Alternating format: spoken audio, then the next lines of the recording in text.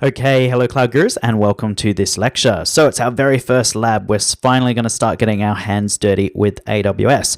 And in this lecture, we're going to learn all about identity access management. As mentioned in the last lecture, this is one of the most important AWS services because this service gives you access to control permissions to all the other services and to also create users, groups, and roles.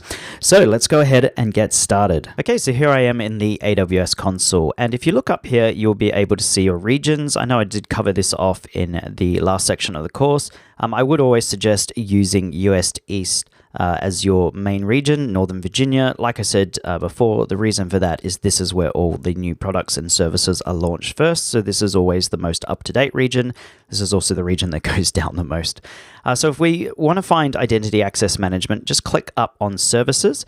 This will open up all the different services that are available for Amazon Web Services. I know it can be a bit overwhelming. Like I said, in the section 2, don't panic. No one person knows all of these services inside out, and only a small fraction of these services make up the Certified Solutions Architect Associate exam. Now, we're looking for security. You can see it here. It's got the little shield, so security, identity, and compliance. And what we're going to go ahead and do is click on Identity Access Management, and that will take us to this splash screen. And you'll be able to see in here that this is the landing page. Now, you've got a sign-in link. This is the link that you can send to your users. It's simply your account number, then .signin.aws.amazon.com/console. You can actually go in here and customize it, so you could do an account alias of a Cloud Guru. If someone has already taken it, however, you're going to, it's a universal namespace, so you won't be able to take it. So I'm going to say a Cloud Guru 2019. God knows if this will actually be available. No, someone has stolen it from me. Maybe I'll take 2020. So 2020, hit create. Oh my God. All right, I'm going to do 2020 Ryan, something like that. No one would have taken that. So there we go. So this is now changed that URL, and this is actually a DNS change. So this is a publicly accessible URL that people can go into to sign into this account. Now, the very first thing we're going to do is activate multi-factor authentication, or MFA, on our root account. And you might be thinking, what is a root account? Well, a root account is just the username, is the email address that you first signed up with AWS with. And when you log in using the root account, you have what I would call God mode. You're able to do anything inside of AWS. Now, for that reason, you pretty much don't want anyone to log in using the root account. You want to create, a whole bunch of users and a whole bunch of different groups and put those users into groups. And you also want to secure this root account because it does have God mode access on it. So what you want to do is enable multi-factor authentication. So if someone steals your username and password, they will not be able to log in without multi-factor authentication. So to enable it, we just click in here and go to Manage MFA.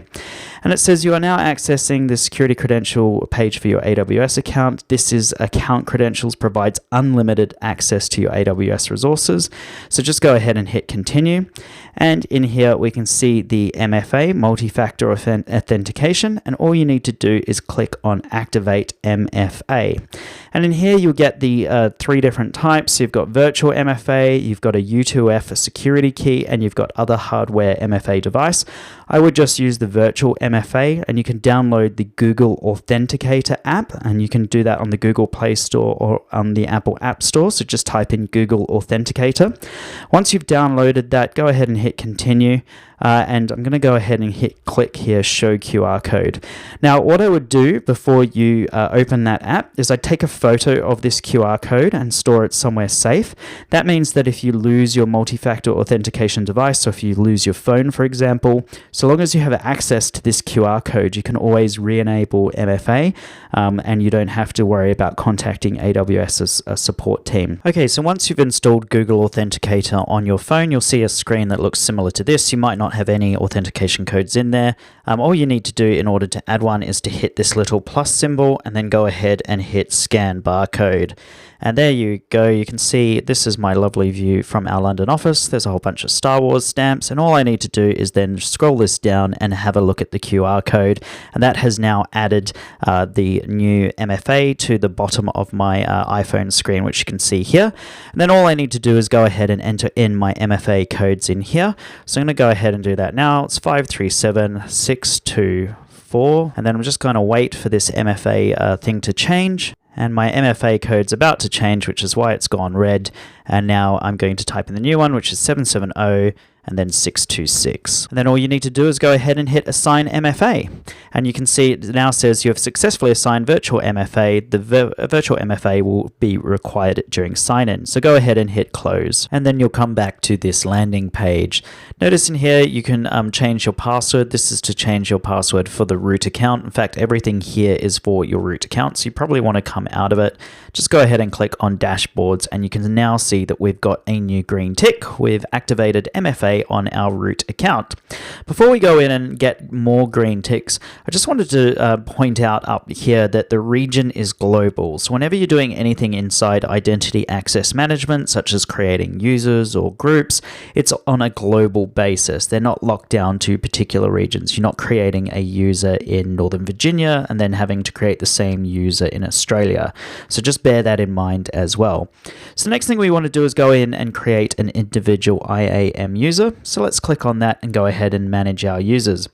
I'm going to go ahead and add my user, and my username is just going to be my name. So Ryan.Kronenberg is what I'm going to put in here. And then I'm going to go ahead and select my AWS access type. Now, what we're using right now is called the Management Console, so the AWS Management Console. You can also enable programmatic access. So we're going to enable both just for this user. Now, we're going to use programmatic access in the EC2 section of the course. EC2 is just virtual machines. So that is coming up, but we won't cover it off in this section. But I do just want to show you what happens when you enable programmatic access. You're going to be creating an access key ID and secret access key, and you'll use these to interact with the AWS console. In here, we've got our password. I'm just going to do an auto-generated password. And in here, it says require a password reset. The user must create a new password at next sign-in. So not only does it auto-generate a password for that user, it's also going to make sure that they change it when they first sign in. Next, we're going to go ahead and add our permissions. We haven't created a group yet, so it's going to say add user to a group. Let's go ahead and create a group.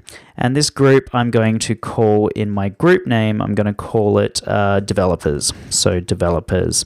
And my developers really need administrator access to AWS. And this is where we add our policies. And if it's got this little AWS logo here, it means it's an AWS managed policy. So we want to add administrator access. Now you can add based on different job roles. So in here you can see the type, job function, and then you've got AWS managed. Try scrolling to the bottom. I'm going to guarantee you it's going to take forever. That is how many policies there are. So we're going to do administrator access, but if I was to type in something like billing, you can see a job function is in billing in here. Or if you've got your database administrator is a job function. So there is a number of different job functions to save you time. If you want to know a list of all the job functions, just type into Google IAM job functions, and it will give you the different types. So let's go ahead and create this group. We're creating the developers group, and we're giving them full administrator access. That has now created our group, and now we're going to add this user to our group. And we're going to go ahead and hit next. And we're going to go ahead and create our user. That has now added our user. In here, you'll see that we've got our access key ID and our secret access key. This is for our programmatic access to AWS. You're only ever going to see this one time. So you can just click here and download a CSV file. So you see that's downloaded down there. Store that for later. We will go through and probably create an entirely new user when we get to that section of the course. And we can also email login instructions. And if you click on that link, it's going to open up your mail client and email them login instructions as well. And if you want to see your user's password, just click on the show button, which is off to the left of the send email link. So let's go ahead and hit close. We now have our user in here. So we've got Ryan.Kronenberg. He's a member of the developers group. And nothing else has been added. If we go back to our dashboard, we can see that we've created an individual IAM user, and we've also used groups to assign permissions.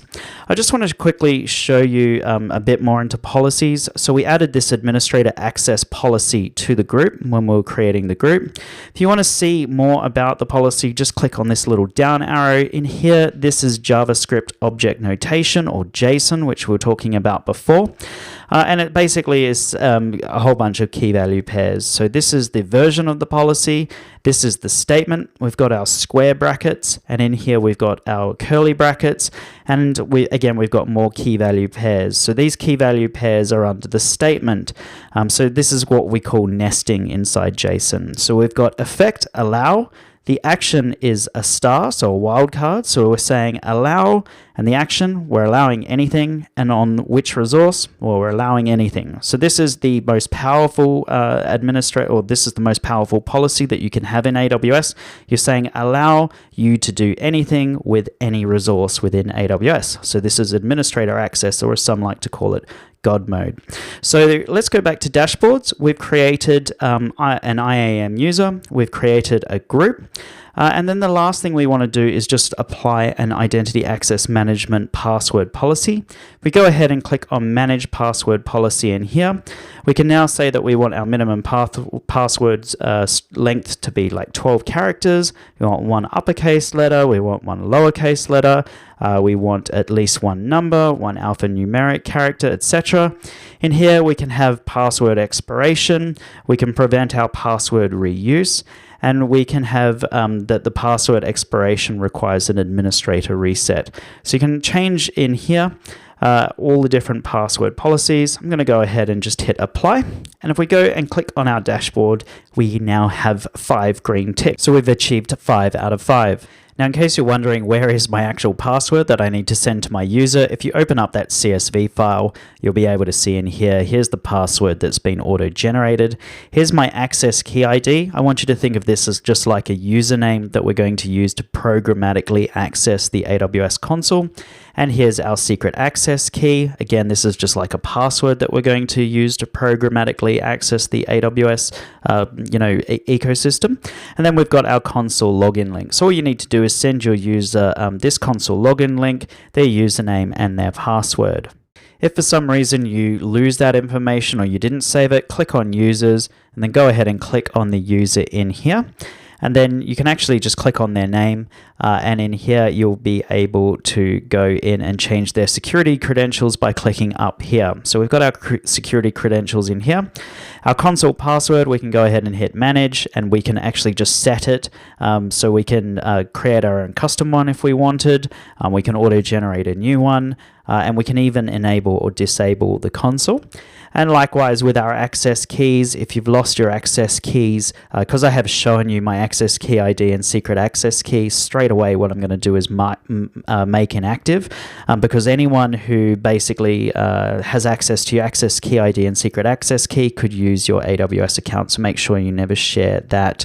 Now with your access key ID and secret access key, you can never use this to log into the console. You can only use the console password. And again, if this access key ID and secret access key doesn't make a lot of sense right now, it will make a lot of sense later on in the course when we actually go ahead and start using it. So I'm just going to make it inactive. In fact, I'm probably just going to go in and delete it for now, and we'll go ahead and provision it later. The very last thing I want to show you is roles. Roles are a way for one AWS service to go ahead and use another AWS service. So we're going to use this in the EC2 section of the course, where we're going to allow our little virtual machine to talk to S3. Let's go ahead and just create a role. So we're going to hit create role. In here, we're going to say choose the service that will use this role. So I would like to, it's going to be EC2, because that's what we're going to use in the very next section, in the 2 sections on. So I'm going to go ahead and hit next. And then in here, all I want to do is type in S3, and because we want S3 full access, we're going to use an AWS managed policy. Again, it's got the little icon there, which means it's an AWS managed policy. You can create your own policies, which are customer managed. We're not going to do that in this course. It's beyond the scope of this course, but it is definitely possible.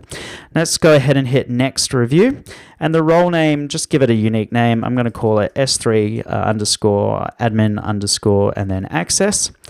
And I'm going to go ahead and create the role. So that role has now been created. You can see it in here, and we're going to use it not in the next section, but the section after that. Okay, so what have we learnt so far? Well, we've learnt that IAM is universal. It does not apply to regions at this time. So when you create a user, you're creating that user globally. Same when you create a role or when you create a group. We learnt that the root account is simply the account created when you first set up your AWS account. It has complete administrator access and it's always using your email address. So that's sometimes called the root account email address and the password that you configured. We also learnt that new users have no permissions when first created. We had to give our user Ryan Cronenberg permissions, and to do that we created a administrator access policy. We assigned that to the developers group. We also learnt that new users are assigned an access key ID and secret access key when first created. They use this to programmatically access the AWS ecosystem, and again, this is completely optional. You can just say, okay, I only want console access, or I want programmatic access. So those are the two different types of access. You can have one, you can have the other, or you can have both of them at the same time. So that's console access and programmatic access. We also learnt that the user access key ID and secret access key are not the same as the password. So you can't use the access key ID and secret access key to log into the console. You can only use it for programmatic access. And I'll show you what the programmatic access means and how it works later on in the course, in the EC2 section of the course. And remember that you only get to view the user's password, their access key ID, and secret access key once. If you lose them, you're going to have to regenerate them, so make sure you save that CSV file in a secure location.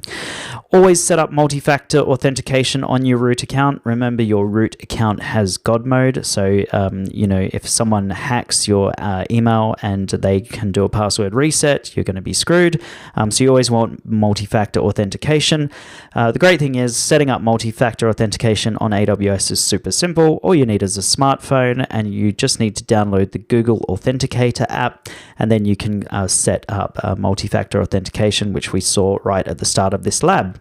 And then you can create and customize your own password rotation policies. So we went in and we made sure our passwords, had 12 characters. They had an uppercase letter, a lowercase letter, a number, and then a special character. So that is what we've learned so far in this lab. In the next lab, what we're going to do is we're going to go ahead and create a billing alarm. This will tell us if our AWS account is going to go over a certain threshold and give us an alert. So if you've got the time, please join me in the next lecture. Thank you.